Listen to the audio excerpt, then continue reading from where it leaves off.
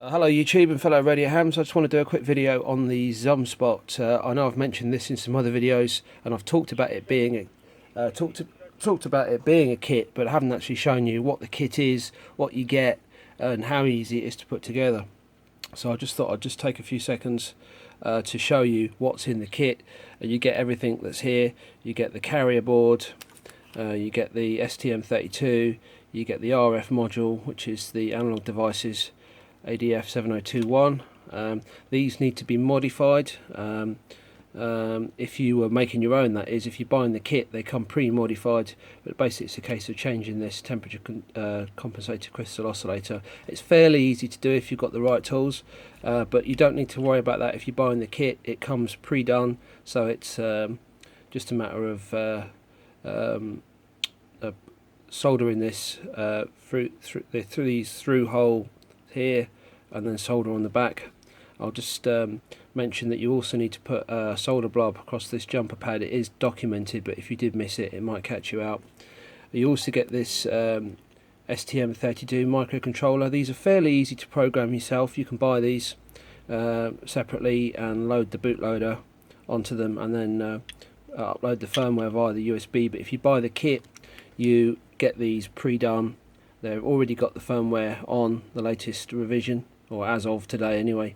The only thing what you need to do with this is you get these header pins as well. You need to snip this off here and solder these in through here, and then those fit on there. Here's one I made earlier, and you can see how that would look once you've soldered those on there.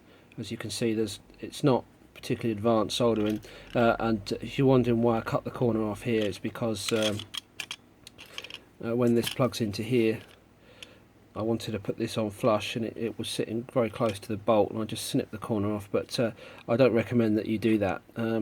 What I do recommend that you do, however, is rather than soldering these directly to this board, is to use some of these sockets, 2.5mm pitch sockets. You can buy these, they're very cheap. You buy them 99p or $1, whatever, and you buy a whole pack of these for that money.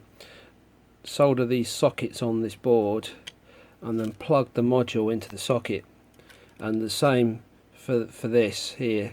The reason is, if you screw it up, these are an absolute pain in the arse to remove these, whereas at least you put it on a socket, you could just swap the bit that didn't work out for you. And certainly unless you're very confident, I would put it on sockets, and then you can swap this or upgrade it or change it or whatever in the future.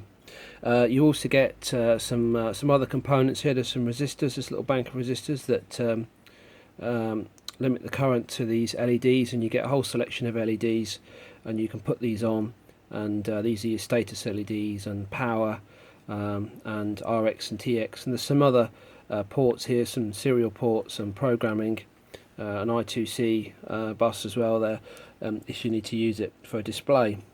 So there you go, that's the Mmdvm Zum radio STM32 F103 kit, which you can get from Bruce Given. If you check out www.mmdvm.com, you can order those through there, and I highly recommend it as a nice MMDVM project to get you started, and they also work very well as well.